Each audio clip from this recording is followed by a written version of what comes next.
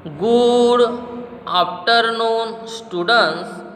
आज हम कक्षा छठवीं में विषय सामाजिक विज्ञान इस विषय में पाठ क्रमांक 10 आपदा और प्रबंधन इस पाठ को हम आज के वीडियो में समझेंगे। विद्यार्थी मित्रों, हम आपदाओं के बारे में पहले सीख चुके हैं। आपदा आकस्मिक घटना कुछ भी हमारे जीवन में हो सकती है। पारंपरिक ढंग से चल रहे मानव जीवन में कोई भी दुर्घटना हो जाए तब मानव जीवन एक प्रकार से बिखर कर कठिनाई में पड़ जाता है।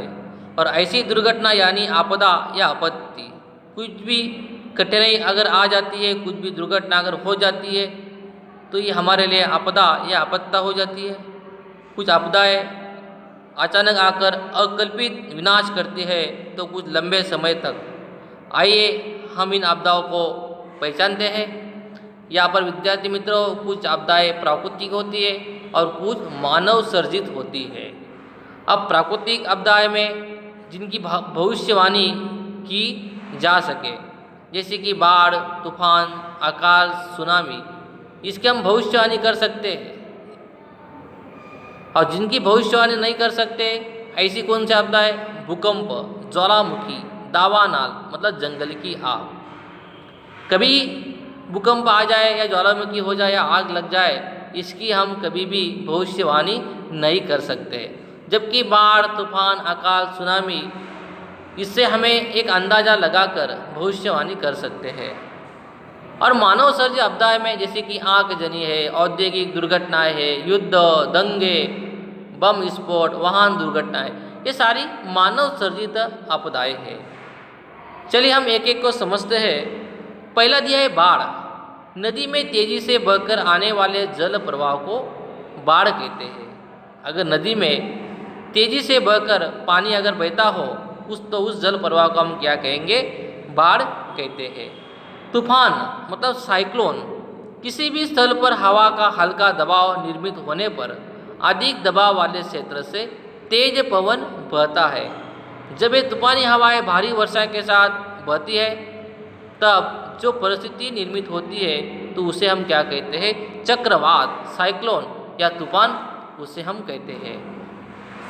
अकाल, अकाल का मतलब होता है ड्राउट, वर्षा न हो या बहुत कम हो, ऐसी परिस्थिति यानी अकाल। कभी कभी वर्षा ज़्यादा हो जाती है, कभी कभी वर्षा होती ही नहीं है। अगर वर्षा ज़्यादा हो तो वो भी हमारे लिए नुकसानदायक होता है। कम हो तो सूखा अकाल हो जाएगा, कहीं पानी ही नहीं मिलता है। बहुत अधिक वर्षा हो तब जो स्थिति होती है उसे हम हरा दुष्काल कहते हैं। अगर बरसात अधिक मात्रा में हो तब जो परिस्थिति उत्पन्न होगी उसे हम हरा दुष्काल कहते हैं। अगर बरसात ही नहीं हो तो उसे हम सूखा दुष्काल कहते हैं। इसके बाद दिया है सुनामी। समुद्र के पेट में ज्वालामुखी फटने या भूकंप आने से ऊंची समुद्री लहरें उत्पन्न हो तो उसे हम सुनामी कहते हैं। और सुनामी कहाँ पर होती है? समुद्र में होती है, क्योंकि समुद्र के पेट में ज्वालामुखी फटने लग जाता है या भूकंप आने लगता है तो ऐसी स्थिति में सुनामी उत्पन्न हो जाती है। भूकंप, अर्थक्वेक, पृथ्वी के गर्भ की चट्टानें खूब तेज कंपन अनुभव करती है, जमीन हिलने लगती है। उसी समय पृथ्वी की सतह पर जो तीव्र कंपन अनुभव होता है वह होता है भूकंप। इसके बाद है ज्वालामुखी। ज्वालामुखी वोल्केनो, पृथ्वी की सतह पर स्थित किसी छिद्र या दरार द्वारा पृथ्वी के गर्भ में रहा लावा, गर्म वायु, राख, मिट्टी इत्यादि विस्फोट के साथ अथवा धीरे धीरे जमीन से बाहर निकले तो उसको कहते हैं हम ज्वालामुखी। इसके बाद दिया है दावानल, मतलब फॉरेस्ट फायर। किसी भी कारणवश जंगल में अपने आप आग लगने वाली घटना को हम दावानल कहते हैं। तो आग किसी भी कारणवश लग सकती है, तो अगर आग लग जाए जंगल में तो उसे हम क्या कहेंगे? दावानल कहेंगे। आग, फायर, लापरवाही या शॉर्ट सर्किट हो सकता है, तो शॉर्ट सर्किट के कारण भी आग लग सकती है।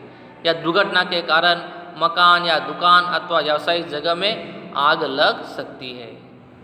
औद्योगिक दुर्घटना, विषैले रसायनों, यंत्रों के अयोग्य उपयोग या उनकी देखभाल, मानवीय भूल, अपर्याप्त सुरक्षा व्यवस्था, द्रव रसायनों के गिरने या जहरीले गैसों के लीक होने से औद्योगिक दुर्घटनाएं होती है। युद्ध, निजी स्वार्थ, अहम लालच या राजनीतिक विवादों के कारण प्रदेशों या सरहदी क्षेत्रों में युद्ध होते हैं। अगर युद्ध हो तो उसमें बहुत सारा नुकसान भी होता है और युद्ध निजी स्वार्थ के लिए ज़्यादातर होते हैं। लालच या निजी स्वार्थ, इसके कारण युद्ध होते हैं जिससे बहुत सारे नुकसान एक दूसरे का होता है। दंगे, रियॉट, दुश्मनी या अन्य कारणों से मानव बस्ती में लोगों के बीच होने वाली मारपीट और संपत्ति को हानि पहुंचाने की घटना, यानी उसे हम दंगे कहते हैं। बम विस्फोट, बम ब्लास्ट, बर्बाद या विनाश करने के लिए, भय या आतंकवाद फैलाने के लिए युद्ध में कभी कभी बम विस्फोट किए जा सकते हैं। इससे बहुत सारी मानव की हानि हो सकती है, इसलिए किसी भी प्रकार किसी का नुकसान हो ऐसा हमें काम नहीं करना चाहिए। पर बम विस्फोट के कारण बर्बादी और विनाश ज़्यादा परिमाण में होता है। द्वितीय महायुद्ध के समय हमें पता है कि हिरोशिमा, नागासाकी, इन दो शहरों पर जब बम गिराया गया था तब जापान का बहुत सारा उसमें नुकसान हुआ था। तो बम विस्फोट के कारण संबंधित देशों का उसमें नुकसान हो जाता है। तो ये हमारी बम विस्फोट जो है ये हमारी एक मानव सर्जित एक आपदा ही है। इसके बाद आपदाओं की, इन आपदाओं का हमारे मानव जीवन पर किस प्रकार से प्रभाव पड़ता है। अब शारीरिक प्रभाव, जैसे कि छोटी मोटी चोटों से लेकर मृत्यु होने तक का शारीरिक प्रभाव होता है।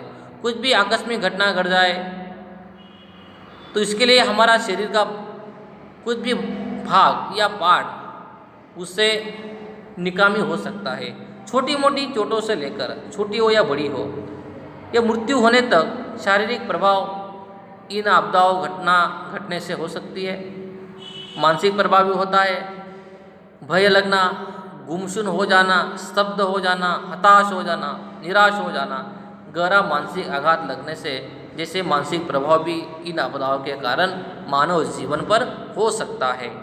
आर्थिक प्रभाव, व्यक्तिगत या सार्वजनिक संपत्ति का विनाश, धंधा रोजगार को हानि पहुंचाना इत्यादि आर्थिक प्रभाव भी होते हैं। अगर कुछ आकस्मिक घटना घट जाती है, युद्ध हो जाता है या कहीं आग लग जाती है तो हमारा इसमें संपत्ति का नाश होगा, धंधा रोजगार को हमारी हानि पहुंचेगी। इस प्रकार हमारे मानव जीवन पर आर्थिक प्रभाव पड़ सकता है। सामाजिक दृष्टया देखा जाए तो सामाजिक प्रभाव में स्थानांतरण, अगर कुछ भी घटना घट जाती है, भूकंप हो जाता है या कहीं आग लग जाती है या कहीं बमस्फोट हो जाता है तो हम एक दूसरे से दूसरे जगह स्थानांतर करते हैं। 100 जनों से बिछुड़ जाने या 100 जनों को खो देने जैसा सामाजिक प्रभाव भी पड़ता है। कभी कभी अपने घर के किसी व्यक्ति को इस आपदाओं के कारण नुकसान या हानि पहुंचती है। अपने 100 जन अपने रिलेटिव जो होते हैं, इससे अगर इस आपदाओं के कारण कुछ चोट हो जाती है तो इसका सामाजिक और गहरा प्रभाव उस परिवार के ऊपर होता है।